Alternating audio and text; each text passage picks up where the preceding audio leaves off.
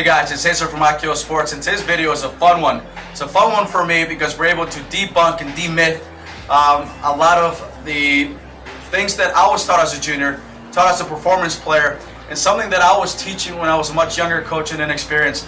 And that's going to be your rhythm steps, your adjustment steps, or as many coaches like to call them, the little steps. So let's take the analogy now from sprinting and let's apply it now to tennis.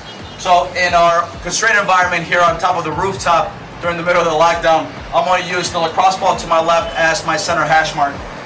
So right now the scenario is we're going to imagine the ball's coming to my right. It's going to be a neutral ball, neutral offense, neutral defense, but I'm still comfortable to it. So like I told you guys, we're going to take now a sprinter's idea to get to the ball. Why sprinting? Because they move from point A to point B the fastest, which of course in our sport we have to move from point A to point B to hit a ball technically the best that we can, as fast as we can. So when you watch a sprinter run, they're not coming here and they're not taking little steps and getting to the shot. They're not Fred Flintstoning it. Forget it, you're never going to get to it. What they're doing is they're moving in this aspect. For us tennis players, of course, we're facing this way, but they're taking long strides to try to get to that point B as fast as they can. So let's take it to our sport. So again, scenario is a neutral shot where I'll split, take 3 steps as an open stance. Watch the videos on split steps and open stances. From there, we split, cross, we move, we load up, and then we hit. 3-step process. Imagine the ball is a little bit shorter. 1, 2, 3, and then we hit. So what's changed? Just the length of my stride. We'll show you guys one more. Now, I might be off camera on that one, but you see, it's still a 3-step process when it comes to a ball that's closer to the center hash, a ball that's a little further out, or a ball that's closer to the single sideline. Again, we're assuming that this shot right now, we are still fairly comfortable getting.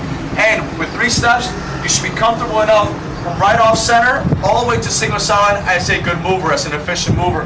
So why not take those small steps? 3 aspects. One of them, it creates confusion. Now, instead of 3, I've created 4. I close myself up instead of an open or semi-open. I'm now hitting with a closed stance. I now limit my options here, limit my recovery, so on and so forth. So 1, sometimes 3, sometimes 4. Confusion comes in. 2, the recovery is going to take longer. So if I come here, little steps, and I create that confusion, now my hit from foot pivot, I'm now further away from the court. Have to now take 2 additional steps, maybe 3, maybe 4, depending how many rhythm steps you decided to take. And now it takes longer to get back into position, and you're only as good as the recovery you took from the last shot. And 3, as I take all those steps, I am winded. I know I'm at altitude, but I'm already, I'm short of breath. This is something that you start doing more and more often on the tennis court.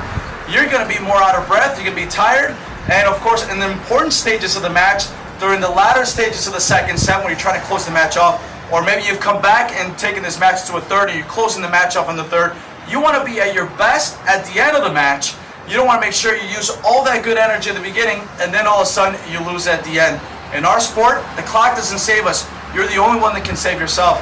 So with efficient movement, you can move to the ball better, you can load yourself better, maximize the potential of the shot, and you save energy. So little steps are nice when we've made a mistake in the reading aspect of the shot, and we do need some adjustment once in a while.